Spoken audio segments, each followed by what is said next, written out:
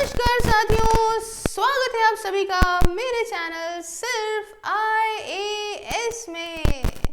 तो अब हमारे खिलाफ टेररिज्म फैला के हमारे ही लोगों के व्यूज को लेके पैसा तुम्हारा इकट्ठा करना हुआ बंद, क्योंकि भारत की सरकार ने बैन कर दिए हैं पाकिस्तान के 16 यूट्यूब चैनल्स। ये कौन से चैनल्स हैं? और इंटरेस्टिंग बात तो ये है कि इसमें पूर्व पाकिस्तानी क्रिकेटर शोएब अख्तर का भी चैनल है। आइए जानते हैं क्या है पूरी खबर और बीबीसी को क्यों नोटिस भेजी गई है, थोड़ा इस बारे में भी समझने का प्रयास करेंगे। फिलहाल तो आप हर खबर सुबह से देख सकते हैं कि हर जगह लिखा है ब्रेकिंग न्यूज़ के तौर पे कि इंडिया ने बैन कर दिए हैं 16 पाकिस्तानी यूट्यूब चैनल्स, जो कि क्यों करे गए हैं? मिस इन्फॉर्मेशन, फेक न्यूज़ वगैरह फैला रहे थे। क्या फैला रहे थे थोड़ा समझते हैं, और इसी के लपेटे में जब आए हैं तो ये शोएब अख्तर भी चले आए हैं। अब देखिए, आपने देखा 22 तारीख को जो ऐसा दर्दनाक हादसा हुआ कश्मीर के पहलगाम के अंदर, जिसमें 26 लोगों को अपनी जान खोनी पड़ गई जस्ट बिकॉज कि भाई टेररिस्ट आए धर्म के बेसिस पे यूनिटी को डिस्ट्रॉय करने के लिए, जो भी वजह रही हो, इन 26 पर्यटक ने अपनी जान को गंवाया, जिनके परिवार में कुछ नई शादी हुई थी, कुछ हंसता खेसता परिवार था। परिवार सबका इम्पोर्टेंट होता है। इस दर्दनाक हादसे ने 2019 के पहलगाम के बजाय पुलवामा अटैक को याद दिला दिया, और इससे देखिए कितना ही एकदम झंझोर देने वाला देश को यह हादसा हुआ। तो इसके लिए सभी एजेंसीज बिल्कुल एक्टिव हैं, और एक्टिव के चलते बदला लेना तो बनता है। और हर एक प्रकार से यहाँ पे भारत की सरकार इन पाकिस्तानियों को कट ऑफ करने का प्रयास कर रही है, जिसमें हमने शुरू के 5 डिसीजंस को बहुत अच्छे से एक्सप्लेन किया था कि इंडस वाटर ट्रीटी कैसे हमने सस्पेंड करी, कुछ इन पता नहीं है कब तक के लिए। उसके अलावा पाकिस्तान नेशनल्स को डिपोर्ट करना एक डिसीजन हमारा रहा, उसके साथ साथ एम्बेसडर्स को बुलाना, बहुत सारे डिसीजंस रहे। अब एक नया डिसीजंस भारत की सरकार लेकर आई है, वो ये है कि 16 इंपॉर्टेंट जो वहाँ के यूट्यूब चैनल्स हैं उनको बैन किया गया है। अब देखिए, जैसे कि आपने भारत में भी देखा होगा कि कोई भी प्रकार का न्यूज़ चैनल होता है, एबीपी न्यूज़ हो, NDTV हो, कोई भी न्यूज़ होता है, तो उन सब के यूट्यूब चैनल अब बन गए हैं। क्यों बन गए हैं? देखिए, ऐसा है कि एक ज़माना था जब टीवी का बहुत ज़्यादा चलन हुआ करता था, लोग ऐड वगैरह इसलिए टीवी पे देखते थे, न्यूज़ वगैरह टीवी पे देखते थे। आज के टाइम पे हर आदमी के हाथ में मोबाइल है, और हर प्रकार से वो अपने मोबाइल में ही अपनी दुनिया को देखता है। तो जब मोबाइल के यूट्यूब में ही वो सारी चीज़ें देख रहा है, चाहे कोई सीरियल हो, चाहे कोई वीडियो हो, तो ये चैनल भी यूट्यूब पे आना बहुत इनका ज़रूरी था अपनी आप को ग्रो करने के लिए। तो आप ये देखते होंगे ऐसे ही पाकिस्तान के भी बहुत सारे अखबार हैं, जैसे इसका एक बहुत प्रोमिनेंट अखबार है डॉन, है ना, तो उसका भी यूट्यूब चैनल था। तो इसी प्रकार से कई सारे न्यूज़पेपर के जो यूट्यूब चैनल थे, जिनमें मैं आपको बताती हूँ, जियो न्यूज़ हो गया, डॉन हो गया, रफ्तार, बोल न्यूज़, ARY न्यूज़, समा टीवी, ये सभी न्यूज़ चैनल्स को यूट्यूब चैनल से हमारे देश भारत के अंदर ब्लॉक कर दिया गया है। मैं आपको बता दूं, इन सभी चैनल जो मैं आगे भी बताऊंगी, इन 60+ देखा जाए तो मिलियन सब्सक्राइबर्स हैं इनके मिला के।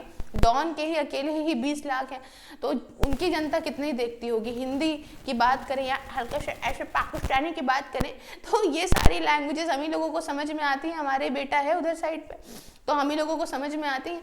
तो यहाँ का भी अच्छा खासा सब्सक्राइबर बेस इनके पास रहा होगा, जो इनको व्यूअरशिप देता होगा भारत से। अब कुछ यूट्यूब चैनल जो जाने माने जर्नलिस्ट के हैं, जिनमें आप कई बार इन लोगों को टीवी पे भी देखा होगा, जैसे कि नाम है मुनीफ फारूक का, उमर चीमा हो गए, आसमा शिराजी, इरशाद भट्टी, ये सब के यूट्यूब चैनल्स को भी भारत के अंदर से ब्लॉक कर दिया गया है। कुछ पाकिस्तानी क्रिकेटर्स की बात करें तो उनमें पाकिस्तान रेफरेंस आपका इंक्लूड उज़ैर क्रिकेट, राजीनामा, समा स्पोर्ट, और इवन अब न्यूज़ अभी आई है शोएब अख्तर का भी यूट्यूब चैनल इसके लपेटे में आ गया है।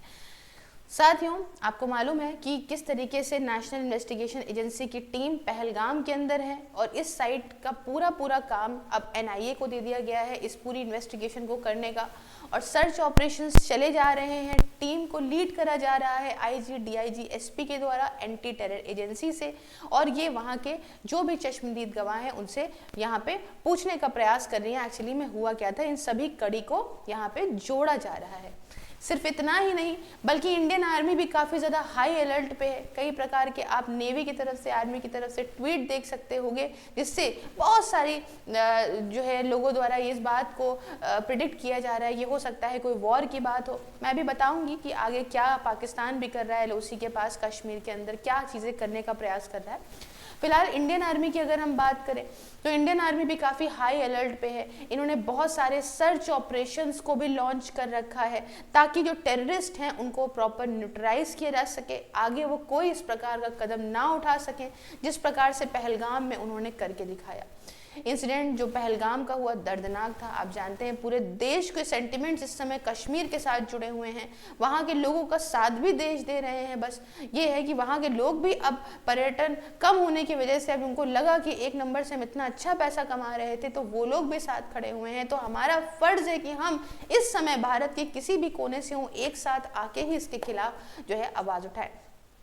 आपको एक बात और बता दूं, पाकिस्तान लगातार 3-4 दिन से, 3 दिन तक मैंने कल कवर किया था, लगातार क्या कर रहा है, सीज फायर को वायलेट कर रहा है।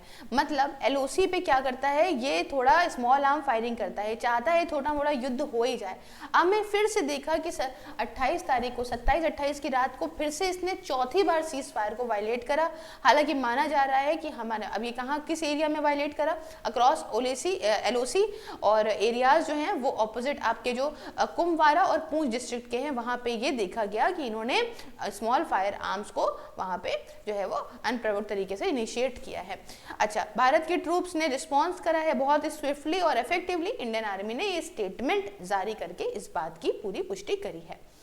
अब यहाँ पे देखिए कि बहुत सारे अपनी तरफ से भी एफर्ट्स लिए जा रहे हैं। जिस तरीके से वहाँ का रिस्पांस आ रहा है, आपने वहाँ के मिनिस्टर्स का रिस्पांस देखा था, पहले तो बहुत ज़्यादा एकदम आक्रोश में था, लेकिन अब वहाँ चाहे TRF हो, वो भी अपने स्टेटमेंट से पीछे हट गई है कि भैया हमने नहीं कराया किसी प्रकार से अटैक। ये तो आर्मी जाने, पाकिस्तान की आर्मी जाने और इंडियन गवर्नमेंट जाने, इंडियन आर्मी जाने क्या कर रही है क्या नहीं कर रही हैं।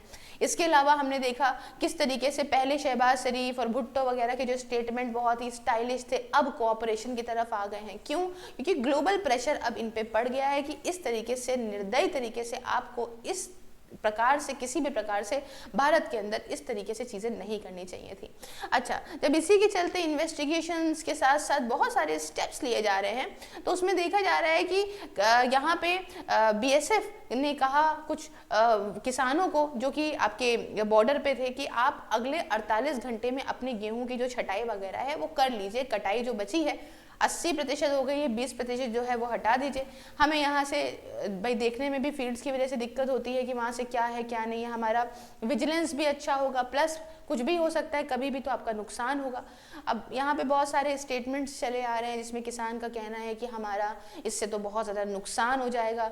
भाई ऐसा भी हो सकता है कि हम यहाँ पे जो है वो इतनी जल्दी करें तो हमारा जो भी स्ट्रॉ रह जाएगा, चारा जो हम अपने जानवरों को खिलाएंगे 2 दिन के अंदर पॉसिबल नहीं है इतनी जल्दी हम इसको साफ करें।